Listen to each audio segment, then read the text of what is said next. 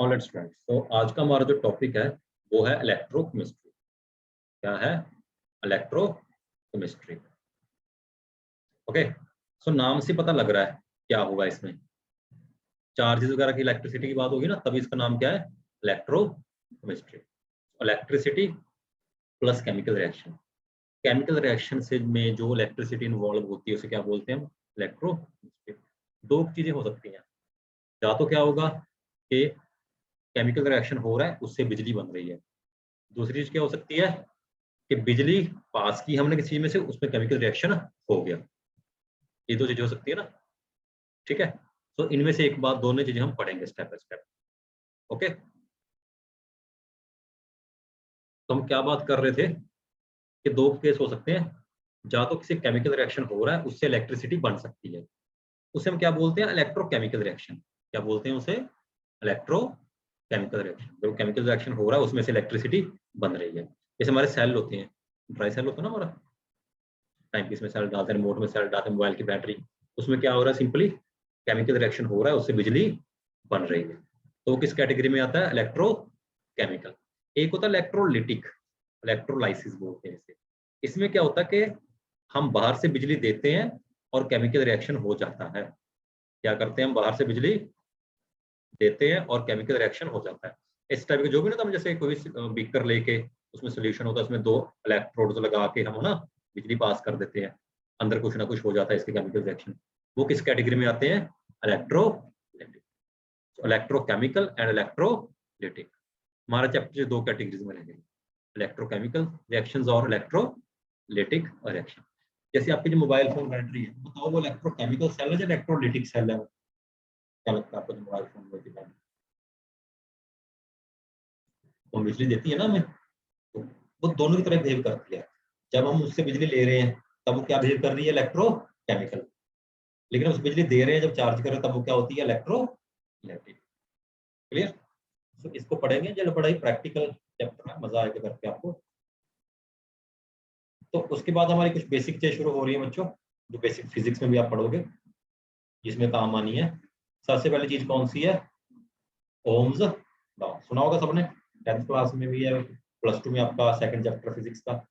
ये क्या कहता है कि मान लीजिए कोई भी चीज है, कोई भी डिवाइस है, कोई भी रेजिस्टेंस कुछ भी है, इसके क्रॉस हमने बैटरी लगा दी, कौन सी? बी। इसमें करंट दौड़ेगा कितना? आई। क्या कहता है? जितनी ज्यादा वोल्टेज लगाओगे उतनी ज्यादा करंट होगी। V is directly proportional to I।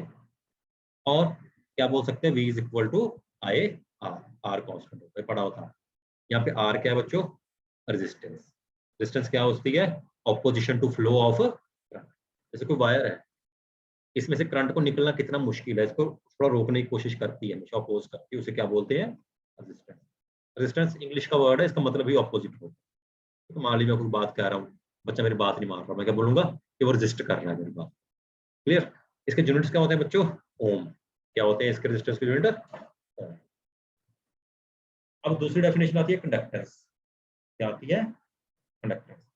Conductance resistance का रेसिप्रोकल होती है, ये बताती है किसी वायर में से कितना इजीली करंट फ्लो हो सकता है, उसे क्या बोलेंगे? कंडक्टेंस। उल्टा बस, जिसकी रेजिस्टेंस ज्यादा उसकी कंडक्टेंस कम। इसके यूनिट क्या होंगे? इसके उल्टे ओम इनवर्स। ओम का उल्टा मो भी लिख देते हैं, ठीक है, ज्यादा सीमेंस यूज।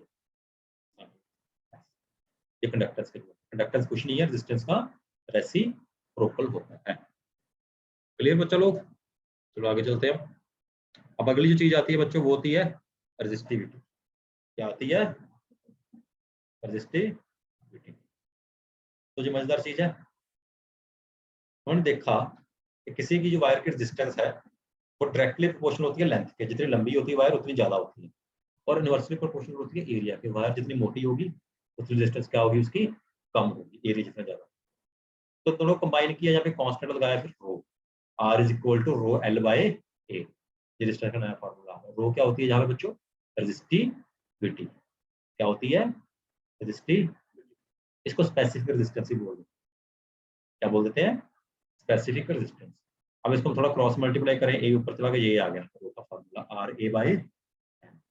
इधर यूनिट से निकाले हम। ए कितना होता है? Metre square. एल कितना होता है? मीटर। ये कितना होता है? ओम। इसके क्या कट गया तो क्या बच गया हमारा? ओम मीटर। क्या बचे यूनिट? ओम मीटर। क्लियर और नॉट? सारी बातें क्लियर है? थोड़ी पुरानी बातें ही थी अब तक तो। हाँ, इसको जो स्पेसिफिक रेजिस्टेंस पता क्या बोलते हैं? साइंस में स्पेसिफिक वर्ड का मतलब पता क्या होता है? जो पर यूनिट, जब किसी एक के लिए जो चीज होती है उसे क्या बोलते हैं? स्पेसिफिक बोलते हैं। जैसे फॉर एग्जांपल इसमें मैं एरिया को भी 1 डाल दूं, 1 मीटर स्क्वायर, लेंथ को भी क्या डाल दूं? 1, तो रो बेसिकली किसकी इक्वल आ जाएगी? आर। तो रो कुछ नहीं है, वो रेजिस्टेंस है किस चीज की? उस वायर की जिसका एरिया भी 1 होगा और लेंथ भी 1 होगा, तो उसे क्या बोलते हैं हम? स्पेसिफिक रेजिस्टेंस भी बोल देते हैं, इसीलिए रेजिस्टिव। अब जो मजेदार बात है, फिजिक्स में ड्रिल में पढ़ोगे आप, कि जो रेजिस्टेंस है वो तो लेंथ एरिया पे डिपेंड करती है, वायर के साइज और उसकी शेप पे, लेकिन जो स्पेसिफिक रेजिस्टेंस है वो कांस्टेंट होती है, वो डिपेंड नहीं, वो लेंथ और एरिया के ऊपर डिपेंड नहीं करेगी। इसके ऊपर डिपेंड करती है एक तो नेचर ऑफ मटेरियल, जैसे कॉपर है या आयरन है या एल्यूमिनियम है, बस नेचर पे डिपेंड करेगी, या टेम्परेचर। रो सिर्फ किसके ऊपर डिपेंड करती है? जहाँ तो नेचर ऑफ मटेरियल, किस टाइप का मटेरियल, जहाँ पर किस पे टेम्परेचर। इसके बिना रेजिस्टिविटी किसी भी चीज के ऊपर डिपेंड नहीं करती। जो आर है वो तो सब पे डिपेंड करती है, वो नेचर पे भी करती है, टेम्परेचर पे भी करती है, एल पे भी करती है, लेंथ पे भी, और एरिया पे भी करती है। ये फर्क है, ठीक है? जो रो है, चाहे वायर आप 10 मीटर लंबी लो, चाहे 1 मीटर लंबी लो, रो क्या होनी है दोनों की? सेम होनी है। लेकिन रेजिस्टेंस एक वाले की कम होगी, 10 वाले की ज्यादा होगी। क्लियर? तो ये था हमारी बेसिक डेफिनेशन। अब अगली कुछ बेसिक डेफिनेशन पे चलते हैं।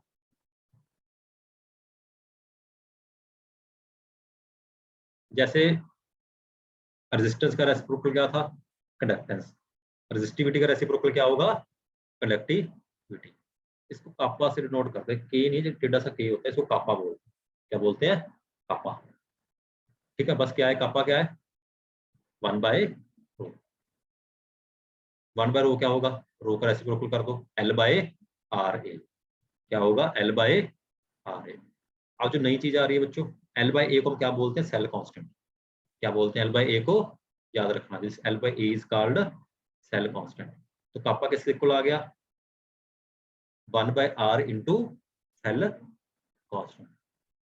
1/R को हम क्या लिख सकते हैं? सी, कंडक्टेंस। सो कापा किसके इक्वल है? Conductivity is equal to conductance multiply by cell constant. इसके यूनिट होंगे, उससे उल्टे होंगे। उसके जो आए थे ना अपने रेजिस्टिविटी के आए थे, उसके रेसिप्रोकल है पर ओम पर सेंटीमीटर, दोनों के इनवर्स हो गए। देखो उसके कितने थे, देखो पीछे ओम मीटर था ना, ओम मीटर जो ओम सेंटीमीटर, इसके कितने हो जाएंगे? ओम का भी इनवर्स और सेंटीमीटर का भी। किसी को डाउट अब तक? Anything you need to ask, आप पूछ सकते हो। ये बेसिक डेफिनेशन है। अब अगली जो चीज है ध्यान से समझनी, अब आ गई मोलर कनेक्टिविटी। इसको लैम्डा से डिनोट करते हैं, लैम्डा। छोटा लैम्डा जब बड़ा लैम्डा, ये बड़ा लैम्डा होता है, ठीक है? लैम्डा से डिनोट करना। ये है क्या अपना? Conductivity of all ions produced by dissolving 1 mole of electrolyte in 1 litre of solution. यानी कि 1 लीटर वाटर सोल्यूशन है, उसमें इलेक्ट्रोलाइट जैसे नमक वगैरह कितना डाला? 1 मोल। तो किसी चीज का 1 मोल डालने पे कितनी कंडक्टिविटी पैदा करता है, उसे क्या बोलेंगे? उसकी मोलर कंडक्टिविटी। नाम से पता लग रहा है ना, मोलर कंडक्टिविटी क्या? 1 मोल की कंडक्टिविटी। अब इसको निकालने का फॉर्मूला क्या ये है? Conductivity divide by molarity into 1000। याद रखना, conductivity divide by molarity into 1000। रह जाएगा याद? अब ऐसी दूसरी चीज आती है बच्चों निकल के, इक्विवेलेंट कंडक्टिविटी, जो थोड़ी कम यूज होती है, उसका एक भाई है ये। बस वहां में 1 मोल डाला था, इसमें 1 इक्विवेलेंट डाला है। क्या डाला है? 1 ग्राम। याद है ना, नॉर्मेलिटी में पढ़ते होते हैं जो इक्विवेलेंट, वही इक्विवेलेंट, बस सेम ही है। उसमें मोलैरिटी इसमें नीचे क्या आ गई? नॉर्मल। तो मेन तो मोलर कंडक्टिविटी यूज। हाँ जी, यूनिट बताओ क्या होंगे? देखो, ऊपर वाले की क्या है? कापा के क्या है बताओ? पर ओम, पर मीटर या पर सेंटीमीटर जो भी है। और नीचे क्या है? मोलैरिटी के क्या होते हैं? मोल पर लीटर। तो ऊपर लीटर ऊपर चला गया, पर मोल पर ओम पर सेंटीमीटर, ऐसे निकाल सकते हो। इजी और नॉट? यूनिट हमें रट्टा नहीं लगाना होता, हम ऑन द स्पॉट बना लेने होते हैं। किसी और यूनिट पूछे बना लो। क्लियर और नॉट? डन। चलो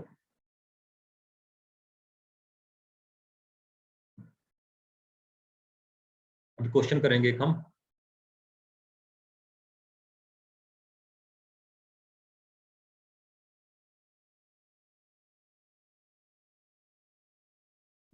अब ये करेंगे क्वेश्चन।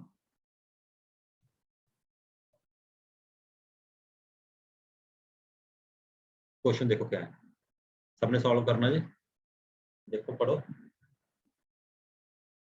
जो जो गिवन है वो देखो क्या है। क्या कह रहा है? A potential difference of 20 volt, यानी कि बी कितना आ गया हमारे पास 20 volt, is supply two ends of a column of 1/10 molar silver nitrate solution, यानी कि मोलैरिटी कितनी आ गई 1/10, which is 4 centimetre in diameter. Diameter कितना आ गया 4 सेंटीमीटर, एरिया निकलेगा यहाँ से, and 12 centimetre in length, and 12 centimetre in length, and it gives a current of 0.2 ampere. Current कितना दे रहा है वो 0.2 ampere. Calculate specific and molar conductivities of the solution.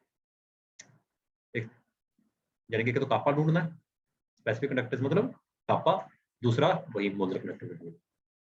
Okay, मेरी बात सुनो, कापा के लिए मुझे क्या क्या चाहिए था बताओ। कापा क्या मांग रहा है मेरे से? आर मांगता है, एल मांगता है और ए मांगता है। एल है मेरे पास, ठीक है, ए है मेरे पास नहीं, लेकिन मेरा डायमीटर है। कॉलम है ना, गोल चीज कॉलम का एरिया कैसे निकालते हैं हम, पाई आर स्क्वायर से। डायमीटर से पहले आर निकालोगे 2 सेंटीमीटर, समझ रहे हो बात? डायमीटर से क्या आएगा आर, उससे क्या आएगा एरिया। एल आ गया, आर नहीं दी हुई यहाँ पे, लेकिन वोल्टेज और करंट दिया, ओम्स लॉ यूज करो, R is equal to V by I. Ohm's law use करके आ गया हमारी रेजिस्टेंस एल। कैसे करते हैं क्वेश्चन देखने में बड़ा लग रहा, पता नहीं इतना बड़ा क्या आ गया, बस जो जो गिवन है वो लिख लिया, फिर देखो क्या निकालना है, देखो उस फॉर्मूले में क्या है क्या नहीं है उसको निकालो। 3 नंबर क्वेश्चन आया हुआ है बोर्ड में, समझे और नॉट? अब बताओ मोलर कंडक्टिविटी का फॉर्मूला क्या है अभी? मोलर कंडक्टिविटी कैसे निकलेगी? क्या था ऊपर कापा था, नीचे m इंटू 1000। कापा है निकला वहां से, m दिया हुआ है 1/10 या 0.1 लिख लो, इसे डाल दो, आंसर जाएगा। इजी और नॉट? कितना इजी? टोटली इजी या डिफिकल्ट है? मुझे खुशप्रीत मुझे लग रहा है इजी है ना, बहुत इजी है, करके देखो हो जाएगा। जब सर कराता तो इजी लगता है, जब खुद करना पड़ता है तब लगता है क्या हो गया, इसलिए खुद करो, कैलकुलेशन ना करना, लॉजिक लिख लो, देखो समझ लग रहा है नहीं? पापा का नहीं, पापा का 2.2 नहीं आता, पापा का आ रहा है 9.55 इंटू 10, ऐसा नहीं क्या हमने यूनिट्स में गड़बड़ करती होगी।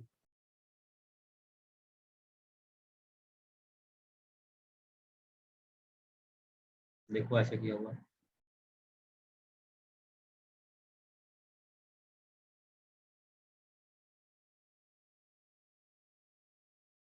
देखो आंसर लिख लो, ये आंसर आना चाहिए आपका, कापा आना चाहिए 9.55 10-3, और ये आनी चाहिए 95.5।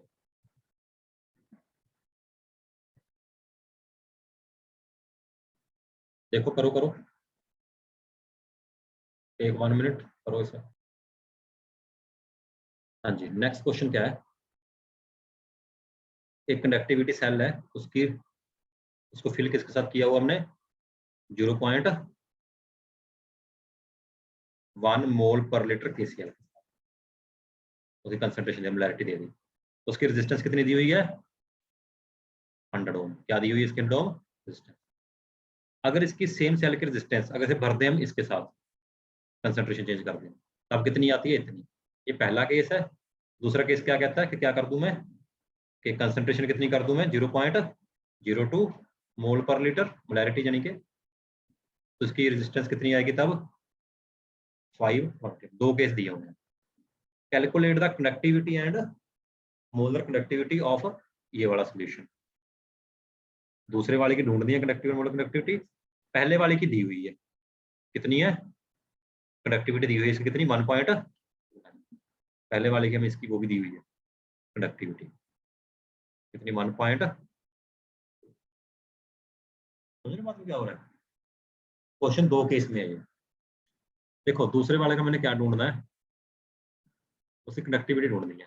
क्या ढूंढनी है दूसरे वाले की कंडक्टिविटी। कंडक्टिविटी के लिए क्या क्या चाहिए होता है बताओ,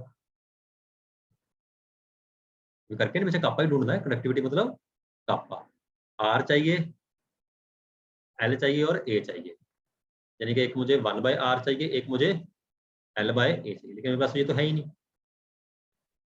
लेकिन दूसरे वाले केस में मुझे सारी इंफॉर्मेशन गिवन है, दूसरे वाले केस में कंडक्टिविटी गिवन है ना, गिवन है दूसरे केस में कंडक्टिविटी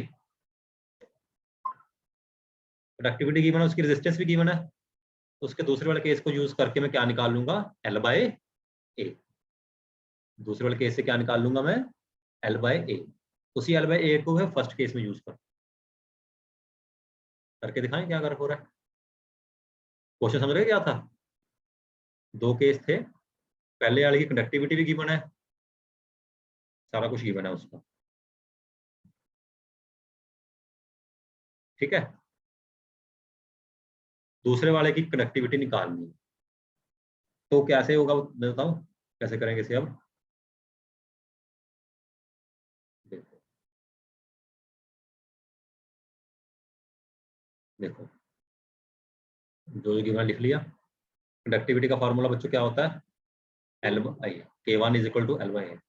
तो जहाँ से L1 निकाल लिया, इसको सेल कांस्टेंट जी भी बोल देते हैं। पहले वाले केस में पुट किया सारा कुछ, देखो कंडक्टिविटी डाल दी 1.29, ठीक है, आर की वैल्यू डाल दी कितनी 100, तो वहां से हमारा L/a आ गया, ये क्या आ गया सेल कांस्टेंट L/g भी बोल देते हैं। अब दूसरे केस की निकालनी है कंडक्टिविटी कापा 2, वो क्या होगा 1/r2 L/a, बस डाल दो, आर दान दो, ये R2 है ना, इसकी वैल्यू डाल दो, L/a ऊपर से आ जाएगा आंसर। इजी और नॉट। अब बाद में मोलर कंडक्टिविटी तो निकली जाएगी, मोलैरिटी गिवन है उससे क्या निकल जाएगा मोलर। अब देखने में जो क्वेश्चन कितना बड़ा लग रहा था, लेकिन स्ट्रेटेजिकली उसको तोड़ के करोगे तो इजी हो जाएगा। देखो करो सभी बच्चे ये क्वेश्चन भी, देखो हो रहा है सबका, हो रहा है, देखो पढ़ो इसे एक बार, सी इट, डू इट।